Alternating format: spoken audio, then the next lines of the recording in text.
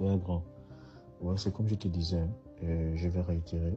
Je vais réitérer parce que il y a trop de spéculation. Là, ça commence déjà à me casser le moral, quoi. Et déjà, c'est un peu dommage parce que toi, tu me connais. Tu m'as toujours vu avec le petit là, comment je me suis sacrifié pour lui, je me suis prédisposé pour lui, je me vois pas au fait.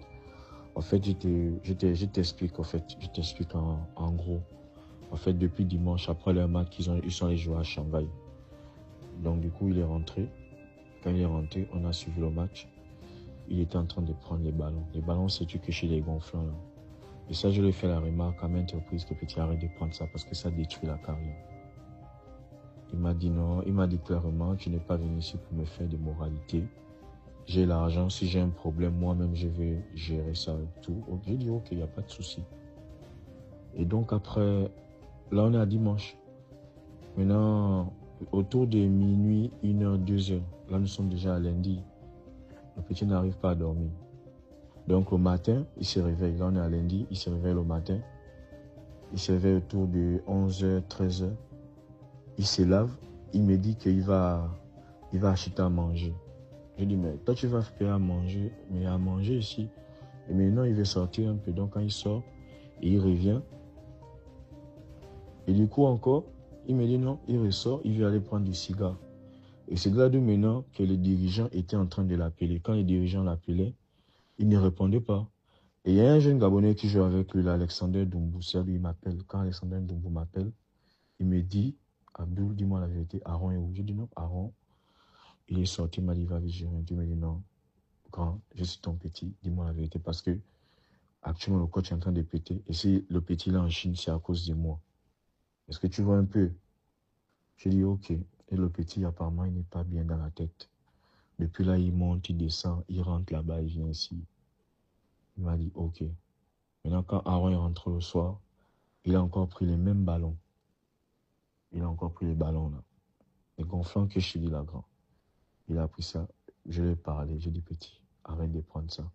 Donc après, j'ai dit non, écoute, mieux, tu stoppes, tu vas aller dormir. Demain, c'est un jour. Donc quand j'ai pris, il y avait 2 bonbonnes. Je suis allé cacher ça dans une pièce d'à côté.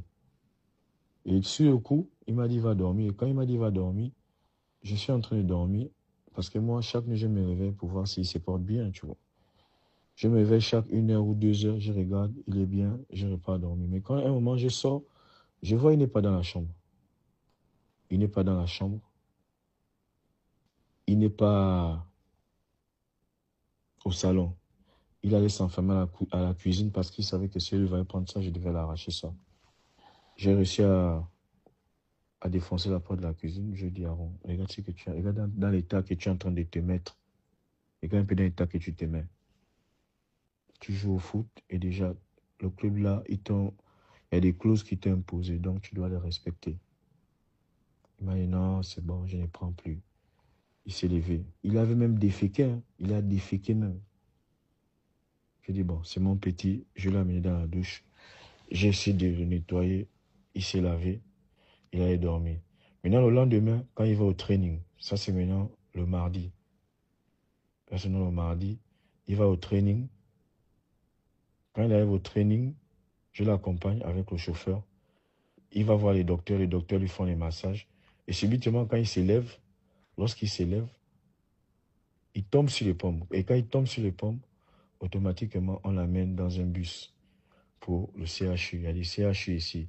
Quand ils sont là-bas, le petit était inconscient. Il dormait. On a fait le scanner. On a fait l'examen du sang. Et heureusement que l'examen est sorti négatif. Donc du coup, il est arrivé à la maison, il dormait. On entrait quasiment à 19h, 20h.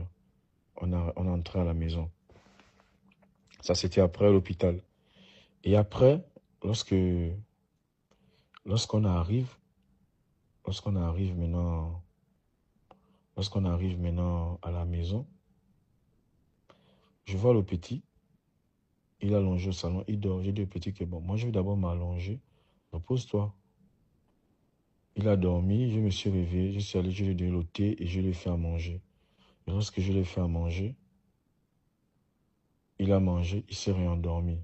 Et quand il s'est réveillé le matin, il y avait l'intendant du club qui m'appelait pour venir l'ouvrir la porte parce que le bâtiment où nous restons là, tant que la personne ne sonne pas, la porte ne s'ouvre pas. Genre les deux battants. L'intendant est monté, il a vu Aaron, il a dit, j'ai dit à l'intendant, il faut un petit lâcher un psychologue parce qu'il n'est pas trop bien dans sa tête. Et du coup, son agent, l'agent de Boupenza appelle en même temps. Quand l'agent appelle, en même temps, l'intendant est là. L'intendant dit que non, moi j'ai un psychologue, mais il parle chinois. Aaron ne va pas s'en sortir. Il dit non, c'est bon, j'ai un agent français, on va voir et tout. Là, il était quasiment 4 heures parce qu'il y avait eu décalage. Donc, au petit moment, on est resté à la maison durant cette journée. L'intendant est parti. Je vois le petit faire les va-et-vient, mais il m'appelle Abdoul, je veux de l'eau. Je l'amène de l'eau. Abdoul, fais-moi le. Un moment, il me rappelle encore Abdoul, ton parfum où? Je dis c'est là, il se pompe. C'est après que je dis non, le petit là, il n'est pas dans lui. Et à un moment, je vois, il s'élève, il va dans ma chambre. Il va dans ma chambre. Il ferme la porte. Donc, du coup, qu'est-ce qui se passe? J'ai réussi à casser la porte. Il ressort de ma chambre en courant. J'ai reçu, il dit, mais Aaron, tu joues à quoi? Il me regarde. Il ne me touche pas. Il ne me touche pas. J'ai dit, non, petit, comme toi. Donc, j'essaie de le retenir. Il essaie de se débattre avec moi. Il ouvre le battant de son balcon. J'ai dit, tu veux faire quoi? Il me dit, non, laisse-moi. Un moment, il veut sauter au balcon pour sauter en bas. Je le tire. Une fois, deux fois, troisième fois, il m'a coudé sérieusement. Et il y avait des voisins en bas qui regardaient. Et subitement, il s'est jeté. Comme tu as vu là, il s'est jeté. Et moi, je suis descendu dardard. Je n'ai même pas eu le temps de prendre l'ascenseur. J'ai pris l'escalier. Quand j'arrive, je vois si j'étais encore ouvert.